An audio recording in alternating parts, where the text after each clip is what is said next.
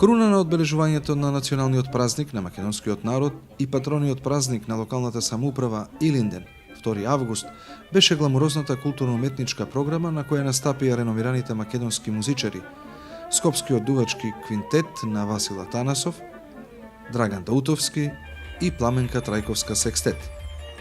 Особено интересно и несекојдневно беше тоа што централната манифестација се одржа на амфитеатарот во паркот Галерија на отворено. Меѓу своите беше и првиот човек на општината Шика Стојановски, кој ги поздрави присутните, посакувајќи им пријатна вечер со прекрасните звуци и настапи.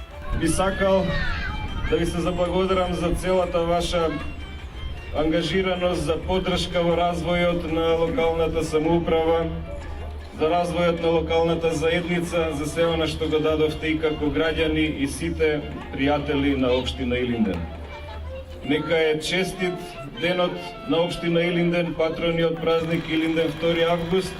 Нека е честит и вечен националниот празник на македонскиот народ Илинден 2 август. Да сте живи и здрави, да е жива и здрава општина Илинден. Присутните имаа можност да ја погледнат и изложбата на академскиот сликар Новица Трајковски.